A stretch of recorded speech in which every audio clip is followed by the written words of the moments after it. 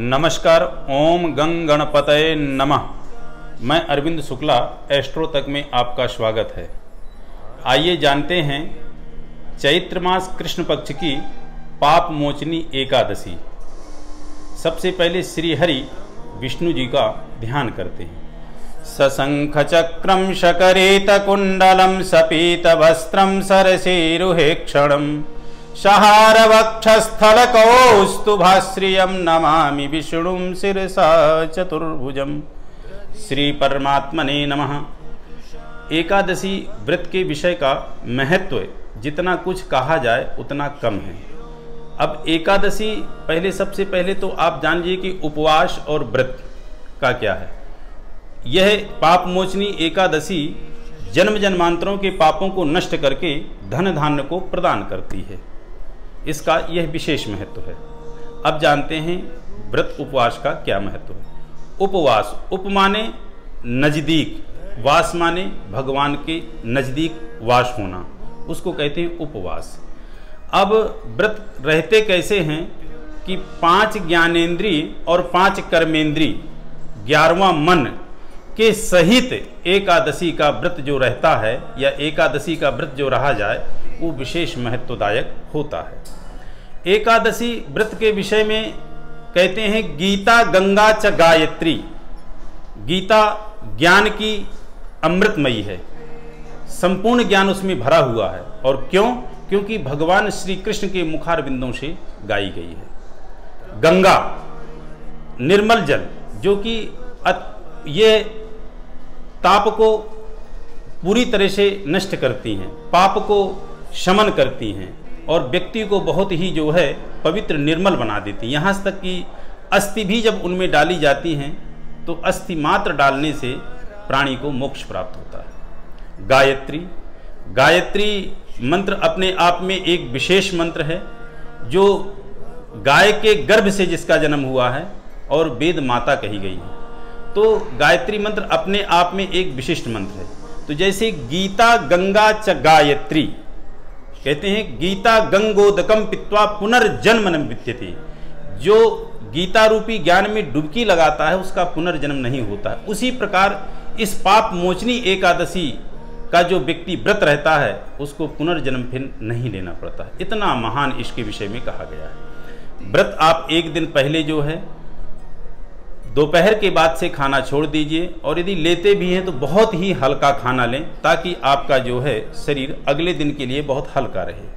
और अगले दिन उठ करके स्नान आदि करके स्वच्छ पवित्र वस्त्र धारण करके और फिर आप भगवान श्री विष्णु का जो भी आपसे मंत्र बन पड़ता हो, विष्णु सहस्त्र नाम का पाठ या भगवान विष्णु के मंत्र का जाप या श्री हरि विष्णु की जैसे भी पूजा आपसे हो सकती है, पंचोपचार षोडशोपचार जो भी आपके पास है, बहुत ही आप निर्मल मन से भाव विभोर होके इनकी पूजा कीजिए। क्योंकि देखिए शरीर का पोषण अन्न करता है। आप जैसे एक दिन खाना ना खाएं तो शरीर में वीकनेस होगी, 2 दिन ना खाएं तो शरीर और आपका वीक होगा, 3 दिन ना खाएं तो हो सकता है कि आप बिस्तर पकड़ लें। तो अन्न के खाने से हमारे शरीर का पोषण हो रहा है, शरीर को ताकत मिल रही, शरीर में एनर्जी आ रही है। उसी प्रकार अध्यात्म के विषय में आप जो व्रत करते हैं, भगवान की जो भक्ति करते हैं, जाप करते हैं, पाठ करते हैं, इससे आपको अंतःकरण में ताकत मिलती है। अंतःकरण में आपको जो है हिम्मत आती है, आपका मन, विवेक, बुद्धि निर्मल होती है। अतिशय अंतःकरण में आपके जो है कॉन्फिडेंस, आत्मविश्वास बढ़ता है। तो एक तो ताकत आपकी शरीर की है, दूसरी आपकी अध्यात्म यानी मन मस्तिष्क की ताकत। ये जब दोनों मिलती हैं तब जाके पुरुष जो है किसी भी क्षेत्र में कोई भी कार्य करता है तो उसमें उसको सफलता प्राप्त होती है। जितने भी व्रत हमारे कहे गए हैं उन व्रतों को यदि आप ना रहें तो इतना कुछ आपको पाप नहीं लगता है या किसी प्रकार का इतना दोष नहीं है। लेकिन एकादशी का यदि आप व्रत नहीं रहते हैं तो आप पाप के भागी होते हैं। क्यों? क्योंकि अन्न जो आप उस दिन ग्रहण करते हैं तो अन्न का पूरी तरह परित्याग होना चाहिए। वैसे व्रत तो कहते हैं कि आज भी बहुत सारे महापुरुष ऐसे हैं, साधु संत हैं जो निराहार रहते हैं, जल तक पान नहीं करते हैं। फल जैसे भी आपसे हो सकता है व्रत रहने का प्रयास कीजिए, और यदि व्रत नहीं हो सकता है तो उस दिन किसी भी प्रकार का आप तामसी प्रवृत्ति का खाना ना खाएं, चावल आदि बिल्कुल भी ना बनाएं। एक दिन पहले ही छोड़ देनी, दोपहर के, जैसे एकादशी, ये चैत्र कृष्ण पक्ष की एकादशी 31 मार्च को है, तो आप 30 मार्च को अपराह्न यानी दोपहर के बाद जो है चावल ना खाएं, और अगले दिन जब आप व्रत का पारण करें तो उस टाइम पे भी आप दोपहर के बाद ही चावल का जो है सेवन करें, उससे पहले ना करें। तो यह एकादशी व्रत आपके लिए बहुत ही लाभदायक है, क्योंकि भगवान श्री कृष्ण ने एकादशी व्रत के विषय में बहुत ही प्रधान और बहुत ही विशिष्ट बताया है। और श्री हरि विष्णु की पूजा में एकादशी व्रत से बढ़कर कोई व्रत नहीं है। इस व्रत को जो है आप रहिए और जन्म जन्मांतर के अपने पापों को नष्ट कीजिए।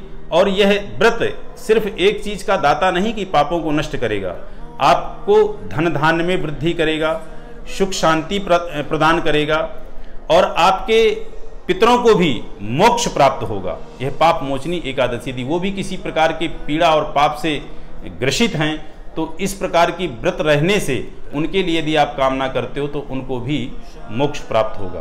तो आप यह व्रत जो है जरूर रहिए और इस व्रत का पूरा लाभ उठाइए। एकादशी व्रत के समान कोई व्रत नहीं है। हाँ, हमारे एस्ट्रो तक के चैनल को आप लाइक कीजिए। हम जो भी कुछ आपको जो है बताते हैं इसमें, वो कमेंट बॉक्स में आप अपने जो है सुझाव दीजिए। शायद हमसे कोई और आप कुछ जानना चाहते हैं, पूछना चाहते हैं, तो हम प्रयास करेंगे वह भी आपको बताने के लिए। तो आप इस व्रत को अच्छे से कीजिए, श्री हरि विष्णु की कृपा प्राप्त कीजिए। आज के व्रत के विषय में बस इतना ही। नमस्कार।